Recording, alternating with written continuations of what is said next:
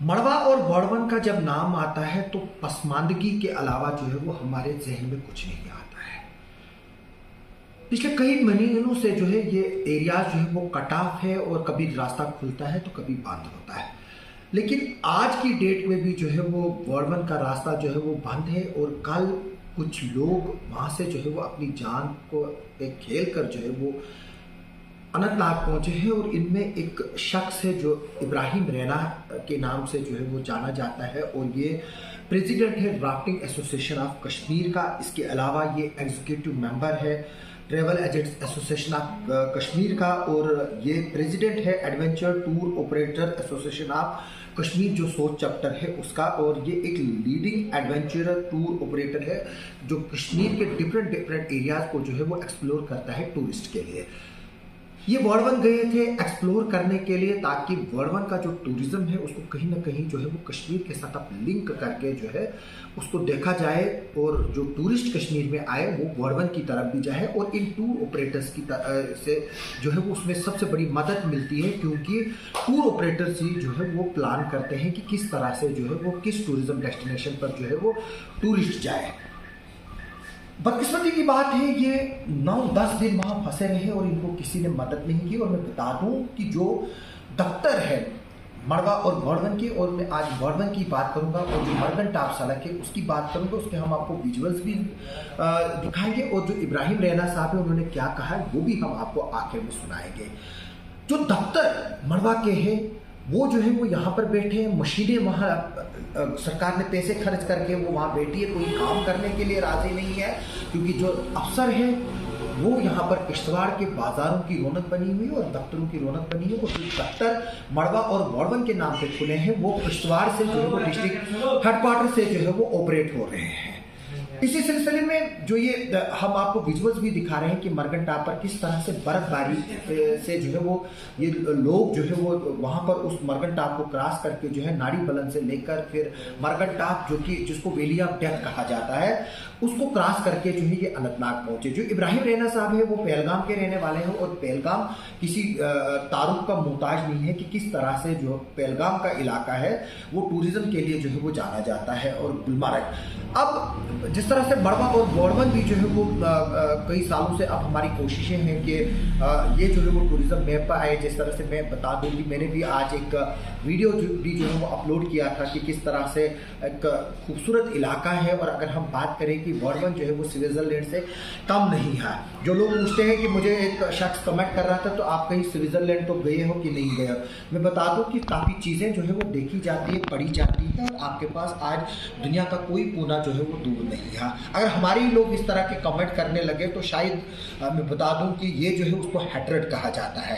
ये एक नफरत है किसी इलाके के लिए, उन लोगों की जो इस इलाके को जो है वो किसी ना किसी तरह से नाकाम करना चाहते हैं। जिस तरह से आज जो हमारे अफसरशाही है, जिस तरह से मैं एक्सीएन की बात करूंगा, कुछ महीने बाद रिटायर्ड होने वाला है, पिछले 30 साल का अरसा दराज से जो है वो वहाँ पर ड्यूटी दे रहा है।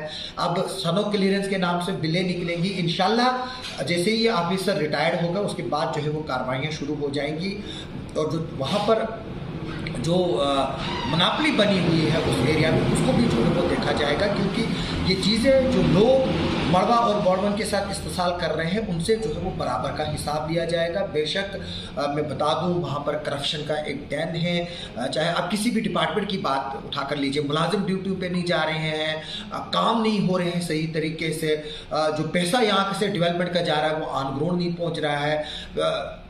सरपंचों ने अपने रिश्तेदारों के नाम पे पैसे निकाले हैं, माँ के नाम पे पैसे ट्रांसफ़र हुए हैं, भाइयों के नाम पे पैसे निकले हैं। पिछले दिनों मैंने बताया था कि किस तरह से जीआरएस जो है उसने जो है वो अपने ही रिश्तेदारों को जो है वो जॉब दिए, अपने ही नाम पर घरों में जो है वो पीएमएवाई के मकान रखे। जो सरकारी ज़मीन है, जो चिरागाहें हैं उन पर कब्जे हो रहे हैं। ये मड़वा में हो रहा है, गौड़वन में हो रहा है। लेकिन इस मड़वा और गौड़वन की बदहाली को कोई भी नहीं देख रहा है। अगर गौड़वन और मड़वा में कोई आज मौजूद है वो पुलिस है, पुलिस चौकियों में मौजूद अफसर है, मुलाजिम है और आर्मी के जो लोग वहाँ पर तैनात है वो मौजूद है। और उसके अलावा अगर हम स्टाफ देखें, अगर वहाँ पर 100% स्टाफ की बात करेंगे, 100% में सिर्फ 2 या 3% ऐसे मुलाजिम हैं जो वहाँ ड्यूटी देते हैं। यहाँ तक कि वहाँ के जो लोकल लोग हैं वो भी नहीं ड्यूटी देते। तो हम गिला करें तो किससे करें।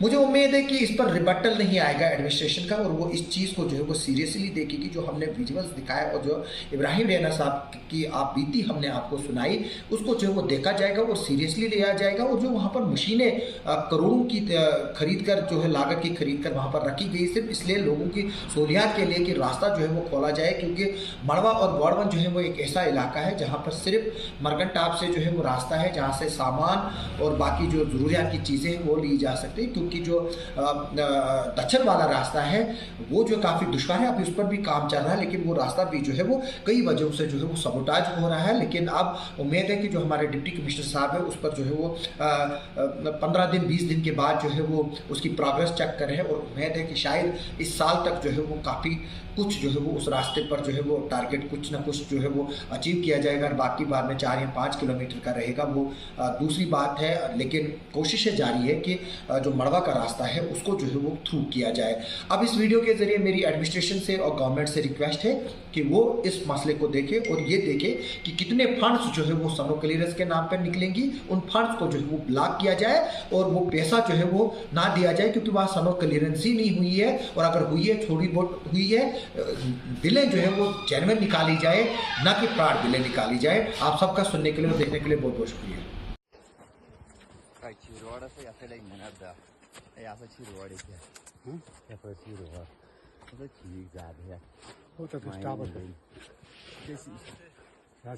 आराम से पाक्सा पाक्सा आमचा यापरी ते हम यापरी 10 गेरा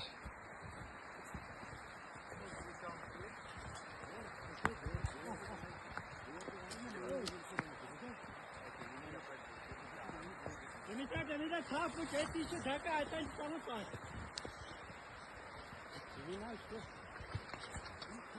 यापरी आराम से ठीक है गुड गारंटी मैं ऐसे खातर ऐसे बार रुकना गुड शॉट बॉन ओ दक्षिण वाइच आसन इससे मान ये लेस आसन गुडन कर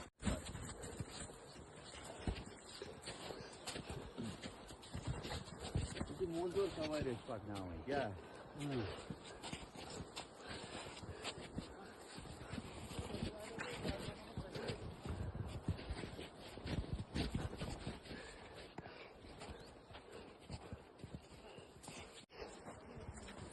रोड से या फिर नर्दा या फिर रोड है या फिर रोड तो ठीक ज्यादा है वो तो स्टॉप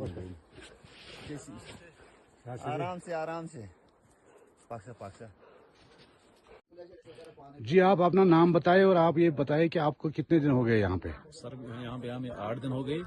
8 दिन मैं जुमा के रात को तकरीबन यहाँ पे 10 बजे से फंसा हूँ, तो तकरीबन हो गए मुझे आज 9 दिन यहाँ पे 8 दिन। तो ना यहाँ पे कुछ मशीनें ना कोई यहाँ पे परेशान है। यहाँ पे बेचारे सारे लोग बेचारे परेशान है, खाने पीने का कुछ सिस्टम नहीं है। अच्छा ये आपकी गाड़ी है? सर ये मेरी गाड़ी है। अच्छा ये तो जो यहाँ पे स्नो कटर दिख रहा है इसने कोई मूवमेंट नहीं किया 8 दिन से? इनका ड्राइवर यहाँ पे है नहीं, बोलते ये कश्तवाड़ से गाड़ी है, उधर से ड्राइवर आएंगे मगर आए नहीं।